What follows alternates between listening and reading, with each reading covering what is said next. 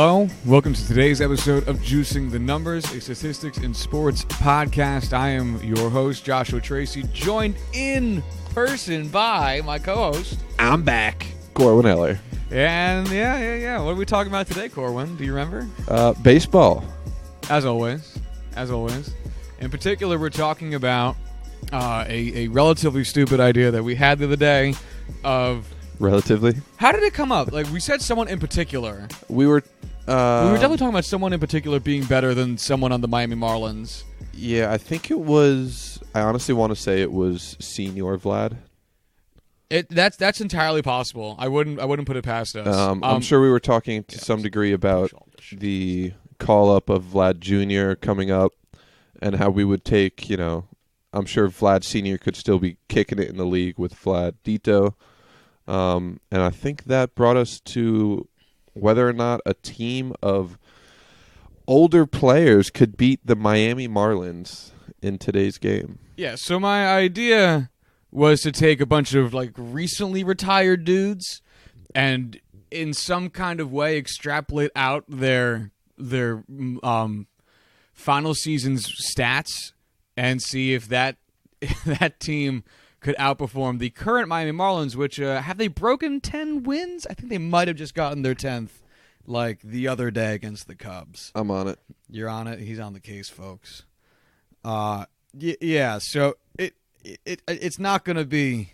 I don't think it's going to be that big of a stretch to look at this Marlins roster and be less than impressed. They are currently 10-25. Yeah, that sounds about right. Let me pull up their current stats just to make sure. 2019 Miami Marlins. So what we're going to do is we're going to look at the current Marlins roster and how they're performing given ERA plus for the pitchers and OPS plus for the hitters, and then compare that to the extrapolated out stats I've created for these given players. So 2019 Miami Marlins stats. Court, I'm just going to go to the baseball reference page. Totally cool. They had only 7 wins in the month of April. Yeah, some may be so bold to claim, Corwin, that they're not good at baseball. Actually, I'm sorry. Let me phrase that. They had 2 wins in March, 2 wins so far in May. So, Josh, what does that leave us in April? That's 6 there, buddy. That is 6 whole wins. That's not great. So first, let's go over the group of guys that I gathered for our ancient team of retired ball players. So I try to pick each position and a couple bench players. So without looking at the list that's up there, give me some players you would expect to be on this list from recently retired all-star guys. I know I've seen part of the list, but I'd still go with guys like Alex Rodriguez, Derek Jeter, Carlos Beltran. I had to fight myself really hard to not put Jorge Posada on this list. I had to fight really hard against myself. Yeah, that'd be rough. That'd be a little rough. Yeah, just because... I also tried to pick dudes who retired recently. So right. Beltran's on this list because he retired... For one, he was very good. Mm-hmm. And for another thing, he retired in 2017. So the oldest person on this list, or at least he is also the oldest. But I'm going to say the guy who retired the earliest on this list is Barry fucking Bonds, because I think you kind of have to put Barry Bonds on this list. Much like for the pitchers, Roger Clemens, because those two dudes combined for so many good baseball performances. So basically what I did with this is, I'll read out the roster for you. First base is Mark Teixeira, who retired in 2016. Then we have Alex Rodriguez, who will be playing third base in this scenario, also retired in 2016. Derek Jeter at shortstop, retired in 2014. Second base is Chase Utley, who retired in 2018. Catching is Joe Mauer, who retired in 2018. Our outfield will be Carlos Beltran, retired in 2017. Barry Bonds, retired in 2007.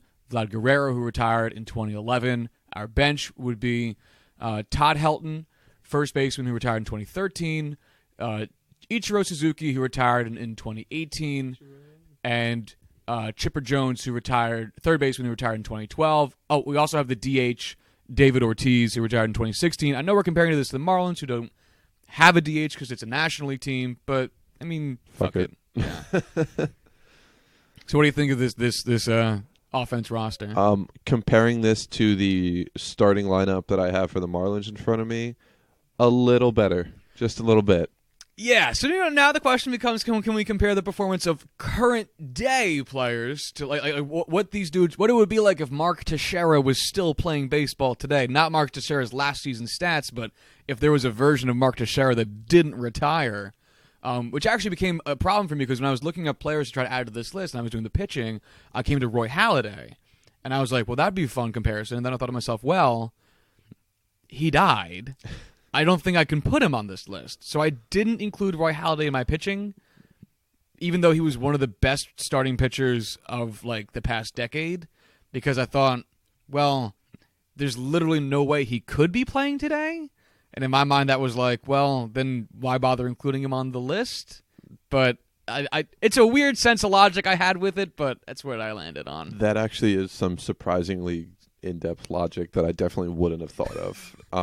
But in all honesty, his ghost probably could still outpitch some of the Marlins pitchers. I'm willing to bet some Marlins pitchers have a negative wins above replacement, which in which case would be lower than the ghost of Roy Halladay. I bet Sandy Alcantara.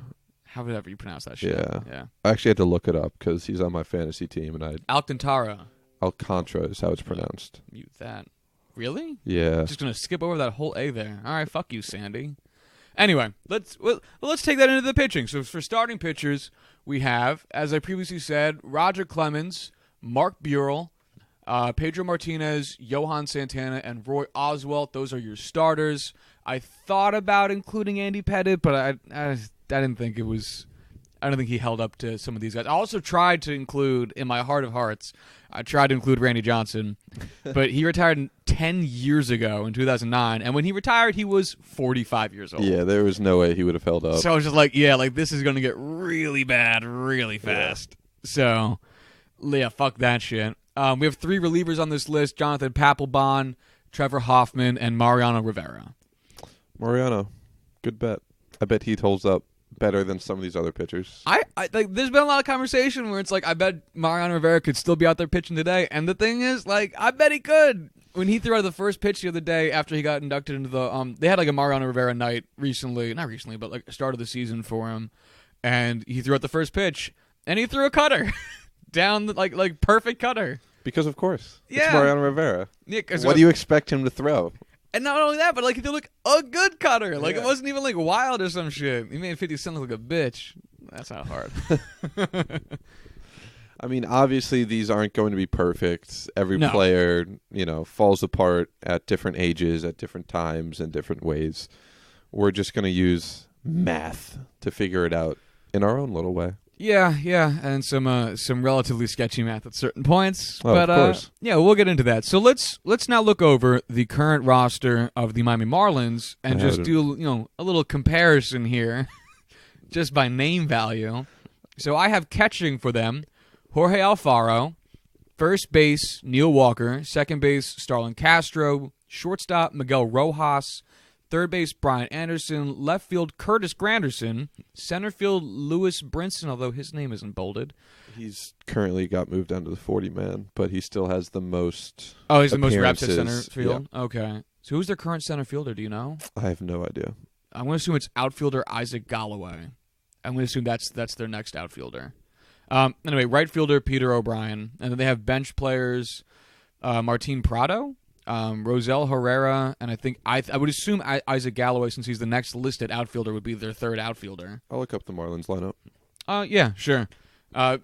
Then for their pitching, they are currently working with a rotation of Caleb Smith, Jose Urena, Sandy Alcantara, Pablo Lopez, and Trevor Richards, with their closer, Sergio Romo, and then their top 2 relief pitchers being, top 2 is a rough sentence, Nick Anderson and Tyler Kinney, I guess. Galloway is their starting center fielder as of yesterday.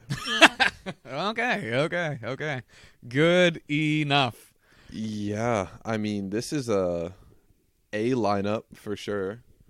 I mean, as far as pitching concerned, Caleb Smith is the only genuine above average major league player, I think.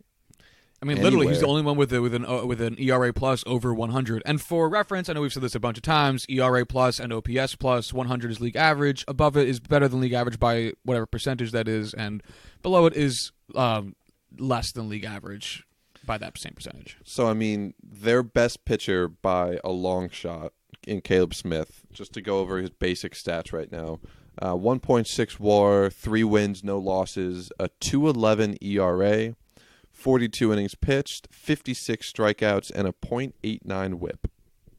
So he's actually been phenomenal this year. But yeah, no, that's rock solid. It's really just this guy. Yeah. The next lowest ERA of the starters after Caleb Smith's 2.11 is Pablo Lopez with a 4.03. And while 4.03 isn't bad, and actually for their fourth starter, if your fourth starter on your team has a 4.03 ERA, that's not awful, and you'll take that. The problem is that it basically makes him their second starter based on that ERA, and like, wow, it just gets so much worse after that. Yeah, it's not good anywhere on this starting lineup. Yeah, certainly not the rotation. Let's actually look at the lineup. There are 2 batters, only 2, batting above batting above a 100 OPS plus. Jorge Alfaro, the catcher, is batting at a 116 OPS plus. He has a batting average of 277, on base 340, slugging 436 for an OPS of 776. Which I'm actually surprised is over 100 OPS plus, 776. But I guess whatever. And then Neil Walker is batting a 120 OPS plus with a 267 batting average, 364 OBP, 419 slugging for a 782 OPS. Yeah, I mean those are good numbers for those 2 guys. Yeah, nothing crazy, but nothing bad. Nothing bad. Just the fact that their best 2 hitters are Neil Walker at 33 and Jorge Alfaro, the strikeout machine. Yeah, Neil Walker, who was literally a bench player for the Yankees last year, and not playing first base, No. And here he is playing first base every day. It's sad for me to see Starlin Castro having such a relatively down season with his 57 OPS plus, because I do like Starlin Castro. He always seemed like a nice guy. Same thing with Curtis Granderson, him and his 79 OPS plus. But this is ugly, very ugly. Isaac Galloway is batting at a -8 OPS plus. That's really Some might say that's bad. Some might say that's very bad. And the guy that he's replacing in Lewis Brinson was the marquee player in the Christian Yelich trade, who is not on the major league team anymore. That is their utility guy. I'm assuming is what UT stands for. Garrett Cooper. I think the Yankees traded him to the Marlins in the Starlin Castro trade. On the 10-day IL with a -64 OPS plus. So this is woof. That's all I have to really say about this roster is woof. So you ready to try to compare this schlock fest to some actual starters who just might be a little bit old? So I know that we talked about this before the season started, and part of me thought there's no way this old-timer team could beat a professional baseball team. You actually didn't want to do this as a topic for a hot second because you just didn't think it would work out. I didn't think there was any chance that the old-timers would have any shot at winning this. Now looking at their team a month and a half into the season, outside of Caleb Smith, I think these guys are toast.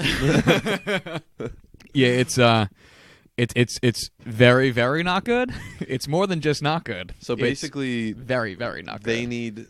The old-timers need 2 players to have an above-average OPS plus and 1 pitcher to be, well, no pitcher's going to catch up to Caleb Smith, so we'll see what happens with them. Yeah, I mean, I'm willing to. Oh, we'll dig into it. Yep. All right. So out of the 9 starters in the lineup, if you take an average of their OPS plus, it is 70.3. Just want to keep that in mind. Are we going to try and do this? Well, I'll show you. Okay. Yeah. Gotcha. All right. So let's go over to our document here. Okay. So what I have in our columns is we have the name of the player, the position, the year they retired, their current age, and that's all just for reference. And then we have their last year's OPS plus, their career average OPS plus, their decline phase average OPS plus. And the way I did that was I took the last season, or I took their highest year's OPS, and then I just went down after that and averaged out those numbers. And they did generally decline, which is why there's basically nothing but negative values there. Right. And some players I had trouble with because, like, Barry Bonds would keep going down and up and down and up and down and up. Same thing with David Ortiz. Actually had a positive OPS plus decline phase thing because he never really got bad. Like, I mean, he retired with a 155 OPS plus in his final season. Barry Bonds retired with a 217. Vlad Guerrero retired with a 131. Like, these are all very good numbers. There's actually only two players up there with one below league average OPS. Yeah, it was Chase Utley with his 93.5, which isn't even bad. And then Ichiro's 77.1, although Ichiro never really had a super high OPS plus because he just hit a bunch of singles. Exactly. So that's not even like that bad for him. And did you take this from 2018 or 2019 for Ichiro? Yeah, that's a good point. So I did 2018 because he only played the 2 games of 2019. Right. His OPS plus was real bad because he played 2 games. And he played 2 games. I think he had like 1 or 2 hits. Like it was going to be bad. That's a good point, though. I meant to bring that up.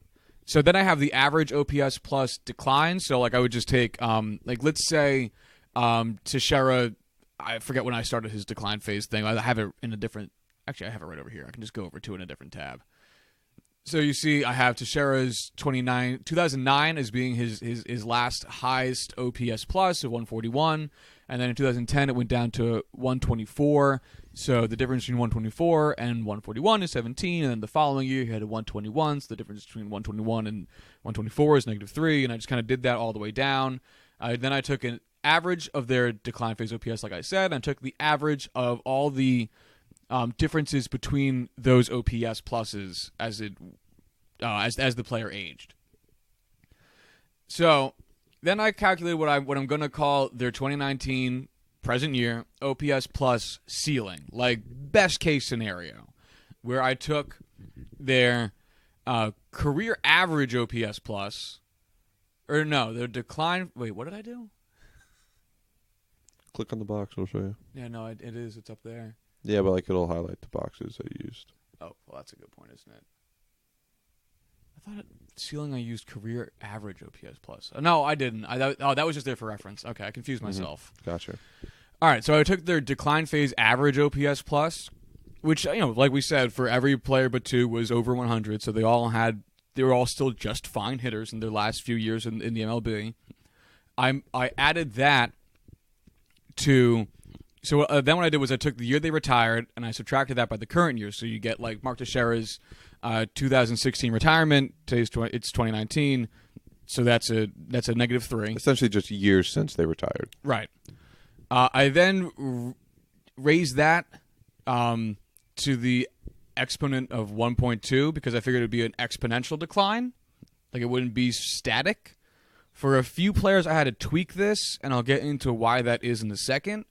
But I then multiplied all of that by their average decline difference in their OPS plus. So basically, that is a -3 raised to the 1.2 times Mark Teixeira's average decline of -9.6 points off of his OPS each season, and then added that to his decline phase OPS average, which was 111. So then you have some negative number that's eventually going to be dragging down his OPS plus.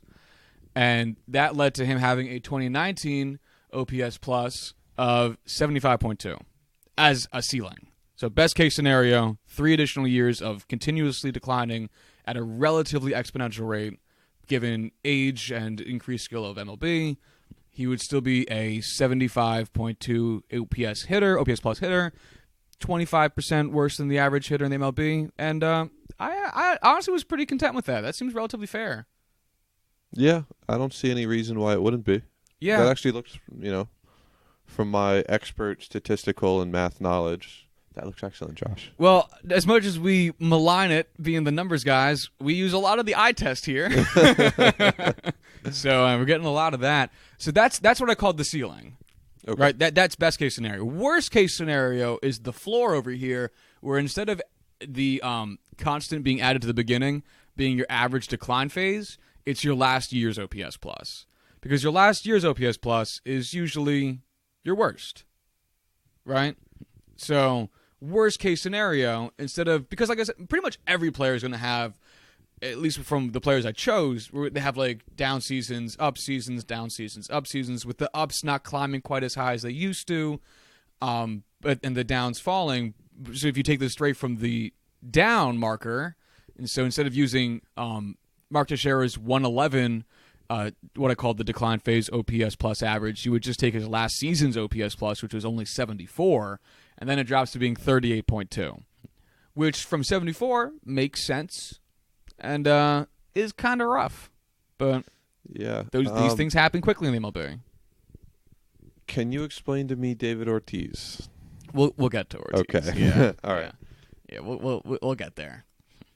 So, and then I just included an additional column where if you average out those two numbers to maybe give yourself something of a different perspective on it, it would be 56.7.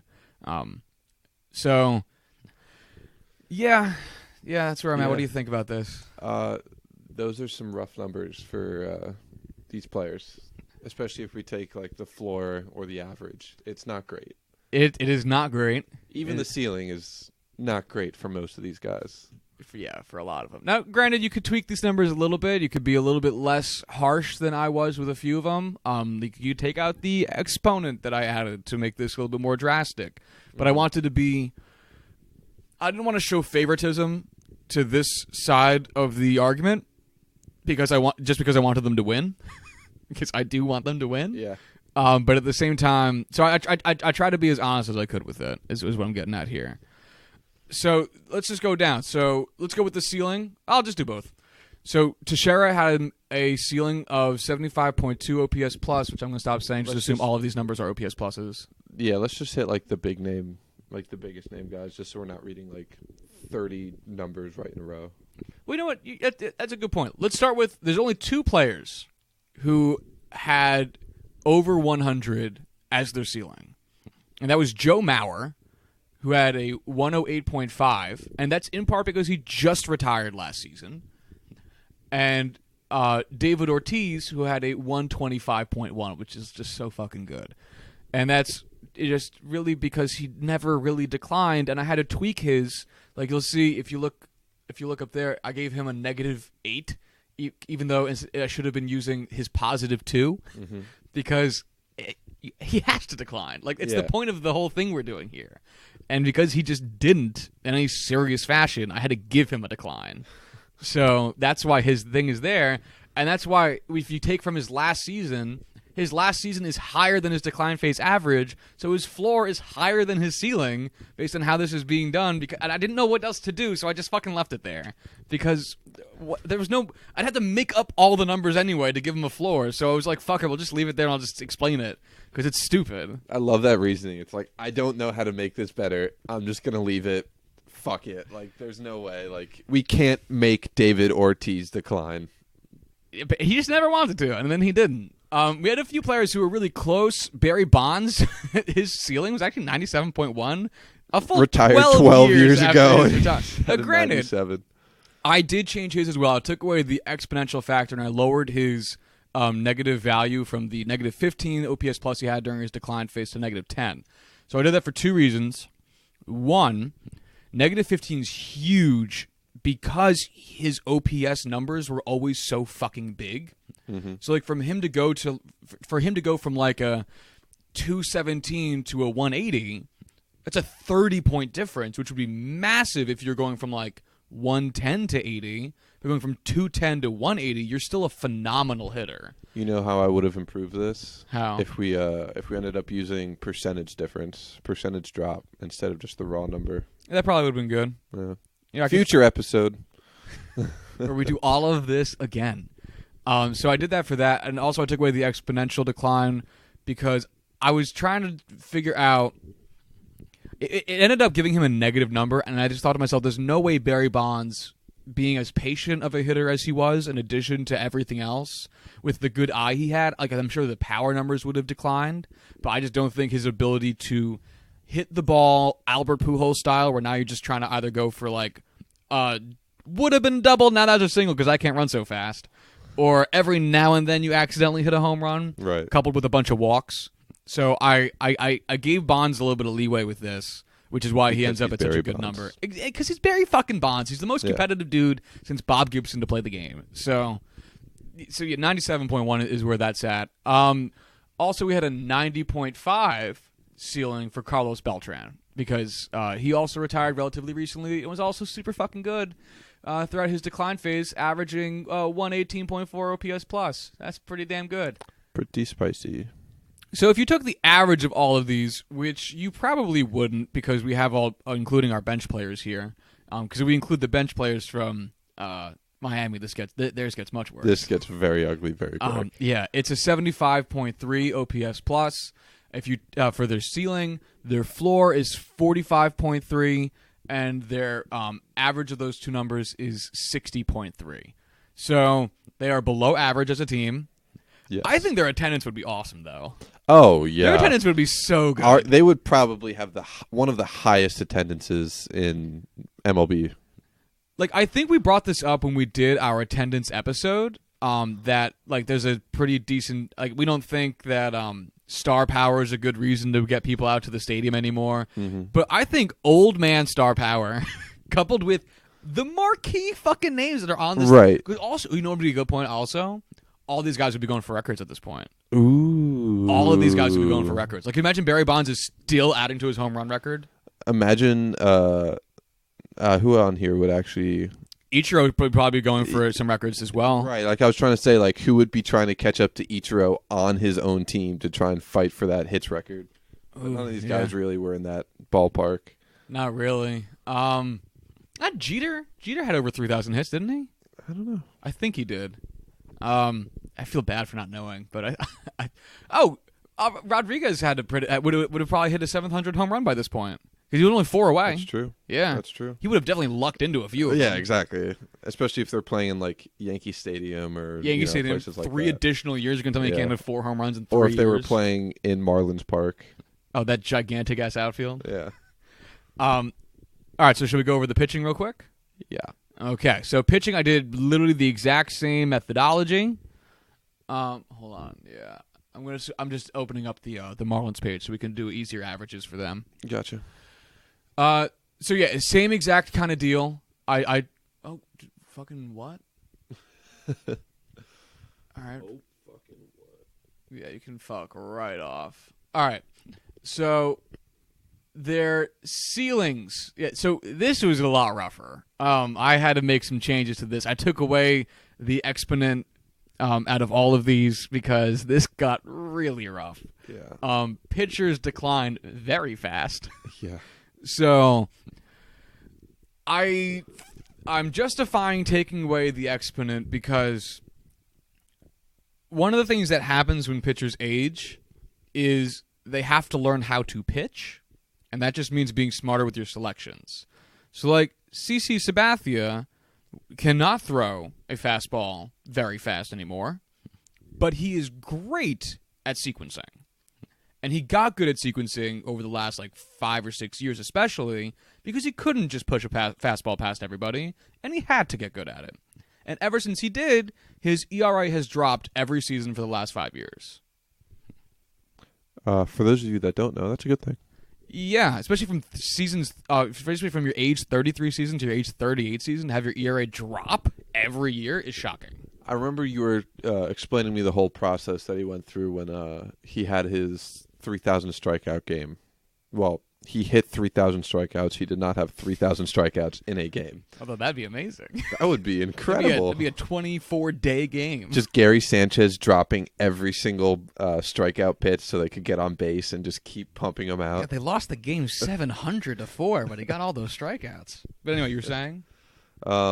Actually, if you think about it, the lowest score they could possibly get is in the 2000s. Oh, for sure. High 2000s. For sure. But it's incredible the way he went from just a power pitcher to really from just a thrower, just overpowering everybody to more of a finesse pitcher. Yeah, I mean, and it helps like the team he was on because like you learn how to throw a cutter from like Andy Pettitte and Mariano Rivera, and if you need two people to teach you how to throw a cutter, like those are two good dudes. Hey, Mike Trout, want to teach me how to hit a baseball? It's funny you say that because I've heard that like some players who were like really like naturally good make terrible coaches because they were always just so good. Like I've heard Wade Boggs is a terrible hitting coach. Oh, I'm sure. Because like he was the hitting coach in Tampa for a while, and Jack Flaherty, who was one of the broadcasters for the Yankees, played in Tampa with him. And I remember Michael Kay asked him once, so like, how is Boggs as a hitting coach? Flash was like awful because Flash was like he's just so good at it. His advice is go hit it, and it's like you can't. I can't. Well, Boggs, that's why I'm talking to you. Brett Favre was the same way. Yeah, apparently he went to a quarterback camp for like high school kids, and he's like, yeah, so you're gonna take the snap and you're gonna run over here and you're just gonna sling it 65 yards to your receiver. And these like 17, 18-year-old high school kids are like, I could throw it like 30 yards if you want me to, but Mr. Favre, I don't want to do that. So I was being a little bit more lenient with the pitching just to keep things interesting. You know, I do think that there keep this from being a bloodbath. Plus, I do think that there is like value in smarts as a pitcher. You know, like even after you lose your stuff, being a smart guy. I mean, that's what Maddox's career lasted forever for that reason. You know, the reason Mo's career lasted so long, even though he only had one single pitch, which never leads to you having a long career, is because he was good with where he put it, not only in his accuracy but also in his thinking about where to put it. You were talking shit about Josh Hader the other day because he only had one pitch, but you know he's been working pretty good lately. It's also only been in the majors for like 2 seasons. All right, so let's calm the fuck down. Well, Mo lasted 20. He's my angel. Let me have him. So our ERA pluses, we ended up finishing with a few over 100. Jonathan Papelbon finishes with a 121. Mark Burrell. I always feel like I'm pronouncing that name wrong. It doesn't seem right. Like no way to pronounce it. There's so many letters. Yeah. In such a bad order. I know. Like if you threw like a normal like Walker Bueller's last name into a boggle machine, you would get Mark Burrell's last name. Yeah, just like fuck it, you know. He finished with a 100.8 ERA plus, and then my good boy Mariano Rivera also finished with a very high ERA plus because his decline phase ERA was positive, just like David Ortiz. And not just the positive 2 that Ortiz had, it was positive 7.7. So his ERA plus actually goes up, so take that with a grain of salt if you may. Everyone else here had kind of a rough go of it. Johan Santana. Actually, did I read off the names? No. No, I did. No. I didn't? Starting pitchers, Roger Clemens, Mark Burrell, Pedro Martinez, Johan Santana, and Roy Oswalt. Relief pitchers of Jonathan Papelbon, Trevor Hoffman, and Mariano Rivera. So our starters outside of Mark Burrell have kind of a rough go. Clemens is actually the best of all of them, even though he retired 12 years ago. He had a 53.5 ERA plus. The other starters, Pedro, as a ceiling, the other starters being Pedro had a 34.3 ERA plus. Johan Santana had a 16.6 ERA plus, and Roy Oswalt had a 17.1 ERA plus. The relief pitchers fared much better. As I said, Jonathan Papelbon had a 122.1. Mariano Rivera had a 272.0. No, I refuse to accept that number as fact. What do you want it to be there, buddy? I don't know. I can't I can't. We'll call it 150. Okay. We'll just make that one up. Like that is just oh god, that ERA dropped so much. Yep. Yeah, I'm fine with 100. All right. Oh my god. And yeah. And Trevor Hoffman had a 56 flat. So if you take the average of all the ERA pluses, which you're only going to do for broad comparison purposes, there's no other actual good reason for that, is 68.8 ERA plus. So slightly worse than the hitting on average. Not great. Really bad. And the thing is, I still think they might beat out Miami with that ERA plus total. Caleb Smith is destroying their chances, though. Hold on. Okay. We'll get there. Their floor is much rougher. Almost all of these numbers are negative, and they finish with a floor of 5.4 ERA plus, which could not be much worse. Great. Yeah, it's If it was a WAR, that would be phenomenal as an entire pitching staff. ERA plus, on the other hand, is pretty fucking brutal. Yeah, it's not good. Actually, I adjusted a few of them, so let me just adjust them again because we had a few people who also had the, to a smaller extent, the Barry Bonds problem, where they had such high peaks that their jumps to just above average were so comically large that I had to adjust because I didn't think that they were dropping their like true talent, just dropping back to a normal level, and that looks so much better. Yeah. So their ERA plus floor as a unit is now 25.3. Oh, ace staff.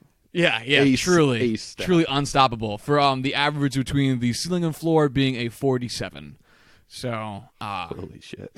They're not doing the best, but they're doing it. So if we compare these, I think for this scenario, we should try and do it with just the ceiling.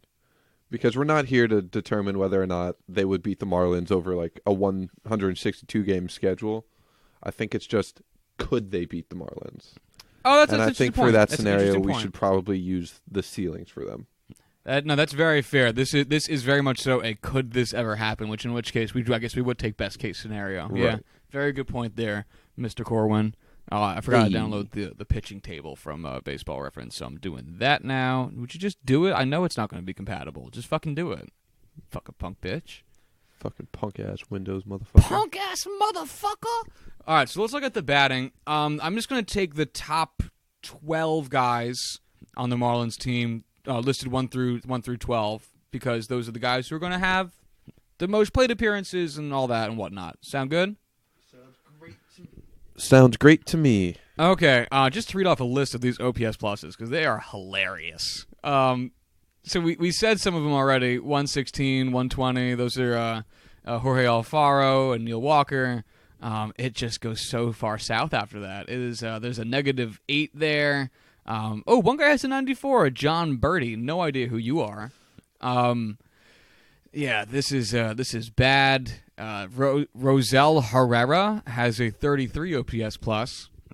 So what do you think the average OPS plus is of the top 12, the first 12 ranked batters for the Miami Marlins? I'm going to say it's about an 80. 71.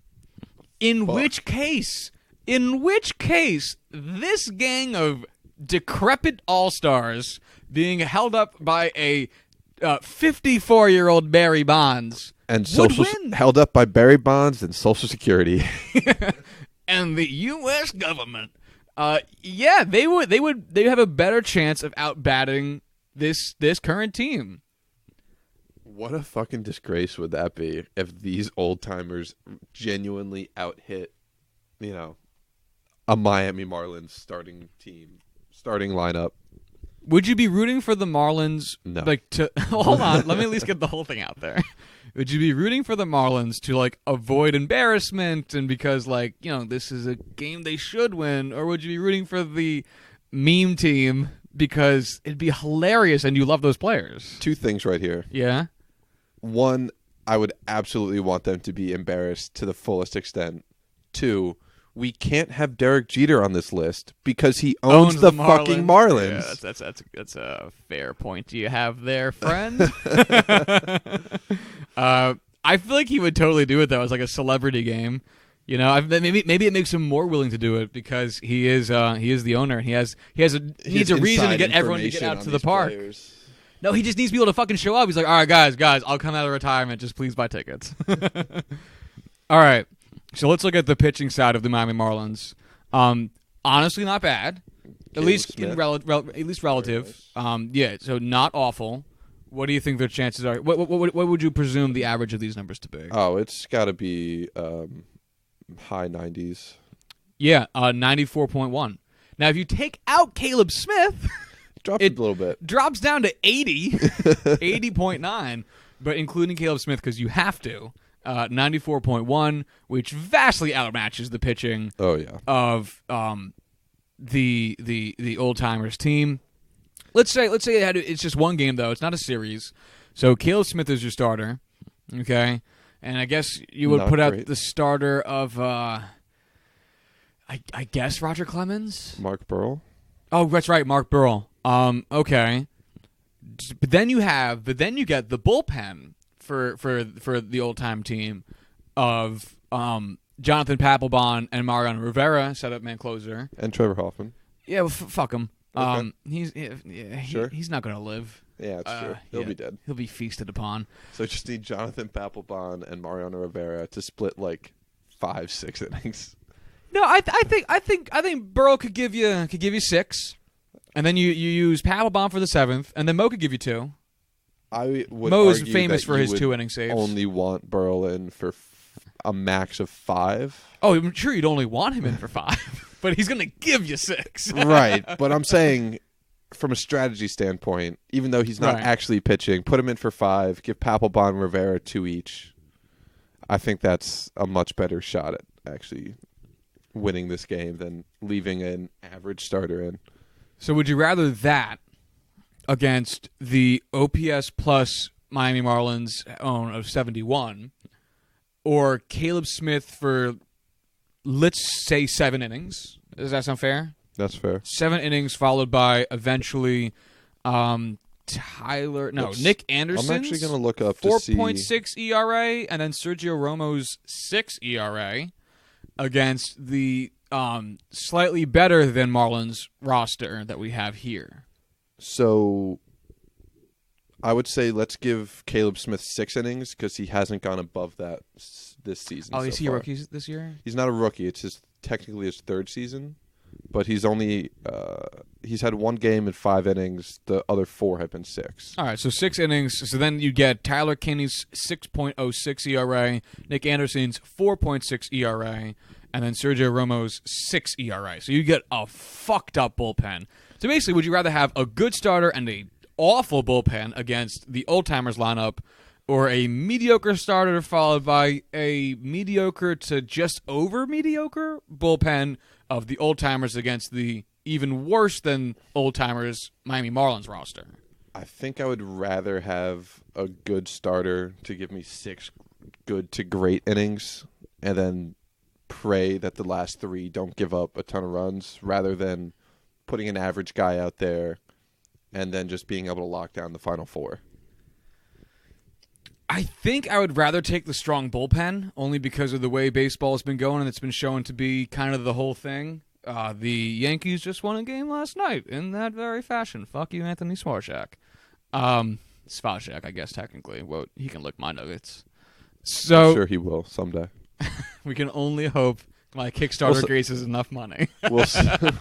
We'll record that live on the podcast. It'll just be me with Josh and on the other side of the room getting his balls licked by a professional baseball player. A professional something, that's for sure. Heyo. Yeah, prostitution. But honestly, were you expecting it to be? So I should finish up. I would legitimately, in my heart of hearts and in reality, take the old time team. Yeah, I would. I really would, because I think the big thing is that I think older ball players realize when they're getting outmatched, and this talented group of hitters, I think, would be able to take their, if not take their walks, at least work counts, and possibly force a Caleb Smith out of the game earlier just on sheer exhaustion. I think they actually could perform admirably in this scenario while not hitting a single home run. I actually want to change my answer. I would actually take the Marlins if Caleb Smith is pitching and pitching well. If it's any other pitcher or if he's off his game, I would take the old timers. Oh yeah, no. If we change this from being Caleb Smith to, I literally can't remember, Jose Urena. I would say Pablo Lopez just because he's actually their second best player. Yeah, but let's say Jose Urena because fuck him. That's fine. All right. He hit one of my favorite little Bravies over there, in Ronald Acuna. So he didn't earn his tilde that day. Jesus Christ. Yeah. No. So let's say Jose Urena. Who would you take then? Old timers. Yeah. Urena's not good. Were you expecting it to be this close? Like really? So when we first did it, I didn't think the drop off for these players would be as much, and that's why I kind of thought it would be close. Initially, looking at these numbers and how much these guys dropped off, I thought there was no way they could even compete with a young major league team.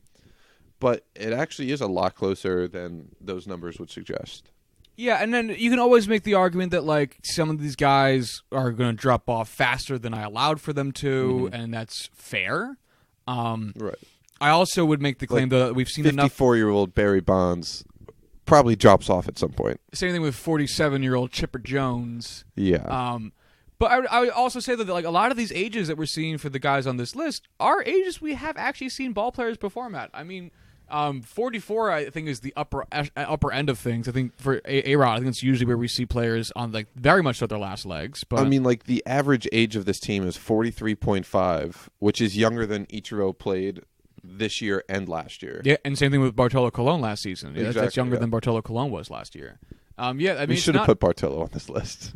Oh no, I don't need that in my life. I don't need big, sexy rock. Oh yeah, also the average age for the pitchers is 45.25. So they're Trevor Hoffman's 51. Yeah, and don't Roger forget Clemens is 56 for Clemens. Yeah, he's no spring chicken there. Yeah, I can see why he dropped off quite a bit. Yeah, exactly. He retired 12 years ago and was 56 years old. Old. Yeah, he is old. Yeah, I wasn't expecting it. I thought this was either going to be a blowout. One way or the other, you could have convinced me either way. I would have bought it. Or it was going to be really close. I was leaning towards blowout. Like I really thought like the Marlins were going to win. And I can talk myself with the numbers I've come up with. I could talk myself into an Old Timers win relatively easily. So I think what we need to do now is buy ourselves a copy of MLB The Show.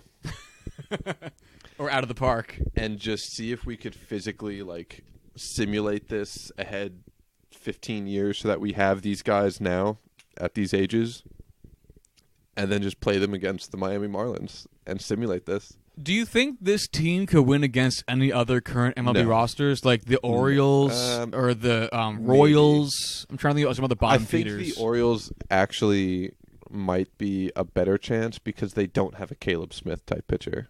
They don't have an ace on their staff. That's a good point. Their bullpen's better though. It's not great, but like better, Michael Givens isn't bad, and there's terrible. that other I forget his sidearm name. pitcher. Yeah, But their hitting's also better. It's improving day by day. Yeah, I mean, Chris Davis is no longer the meme Chris Davis. Yeah. Trey Mancini's playing pretty well. Yeah, he's had himself a nice little season there. Yeah. Well, granted, he doesn't need to have pitchers don't have to worry about the Baltimore offense, so they can kind of just do whatever they want with Trey Mancini. But pretty much, he's doing well there. They could just walk Trey Mancini every time and just not not have care. to worry about it. Yeah. Yep.